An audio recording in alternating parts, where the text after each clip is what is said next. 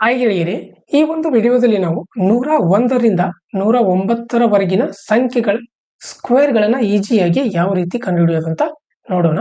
ನೋಡಿ, ಈ 101ರಿಂದ 9ರವರೆಗೆ ಸಂಖ್ಯೆಗಳಲ್ಲಿ ಈ ತರ ಕೊಟ್ಟಾಗ ನಾವು ಈ ತರ ಮಾಡೋದಾದ್ರೆ ನಮಗೆ ತುಂಬಾ ಟೈಮ್ ತೆಗೆದುಕೊಳ್ತದೆ. ಹೌದಾ? ಇದು ಟೈಮ್ ನಮಗೆ ಜಾಸ್ತಿ ತೆಗೆದುಕೊಳ್ತದೆ. ಹಾಗೆ ವಿತೌಟ್ ಪೆನ್ ಪೇಪರ್ ಇಲ್ಲದೇನೆ ಈಸಿಯಾಗಿ ಯಾವ ತರ ನಾವು ಈ 101ರಿಂದ 9ರವರೆಗಿನ ಸಂಖ್ಯೆಗಳನ್ನ ಕಂಡುಹಿಡಿಯೋದಂತ ನೋಡೋಣ. ಈಗ ಉದಾಹರಣೆಗೆ 106 ಬಂದಿದೆ ಅಲ್ವಾ? ಇದನ್ನ 106 ಕೊಟ್ಟಾಗ ನಾವೇನ್ ಮಾಡ್ತೀವಿ, 106ಕ್ಕೆ ಪ್ಲಸ್ 6 ಪ್ಲಸ್ ಮಾಡಬೇಕು, 6 ಅದಕ್ಕೆ ಪ್ಲಸ್ ಮಾಡಬೇಕು. 106 ಪ್ಲಸ್ 6 ಎಷ್ಟಾಗ್ತದೆ? 112. ಈ 6ರ ಸ್ಕ್ವೇರ್ ಎಷ್ಟು ಬರ್ತದೆ? 36 ಬರ್ತದೆ. ಸೊ ಇಲ್ಲಿಯೂ ಕೂಡ ಅಷ್ಟೇ ಬಂದಿದೆ ನೋಡಿ, 11 233 ಸರಿಯಾದಂತ ಉತ್ತರ ಆಗ್ತದೆ. ಈಗ ಉದಾಹರಣೆಗೆ 105 ತೆಗೆದುಕೊಳ್ಳಿ. 105 ನೋಡಿ, ಏನ್ ಮಾಡಬೇಕು? 105ಕ್ಕೆ ಪ್ಲಸ್ 5 ಮಾಡಬೇಕು. ಎಷ್ಟು ಬರ್ತದೆ? 110 ಬರ್ತದೆ. ಹಾಗೆ ಈ 5ರ ಸ್ಕ್ವೇರ್ ಎಷ್ಟು?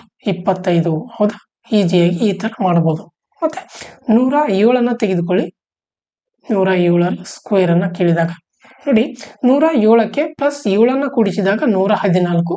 ಹಾಗೆ ಈ 7ರ ಸ್ಕ್ವೇರ್ ಅನ್ನ ಮಾಡಬೇಕು. 7 7 49. ಹೌದಾ? ಈ ತರನಾಗಿ ಈಸಿಯಾಗಿ ನಾವು ಮಾಡಬಹುದು. ಈಗ ಒಂದು 108 ತೆಗೆದುಕೊಳ್ಳಿ. 108 108ಕ್ಕೆ 8 ಪ್ಲಸ್ ಮಾಡಿದಾಗ 116 ಬರ್ತದೆ. ಹಾಗೆ 8ರ ಸ್ಕ್ವೇರ್ ಎಷ್ಟು? 8 8 64. ಹೌದಾ? ಈ ತರನಾಗಿ ನಾವು 101ರಿಂದ 109ರ ಸಂಖ್ಯೆಯ ಸ್ಕ್ವೇರ್ಗಳನ್ನ ಈಸಿಯಾಗಿ ಕಂಡುಹಿಡಿಯಬಹುದು.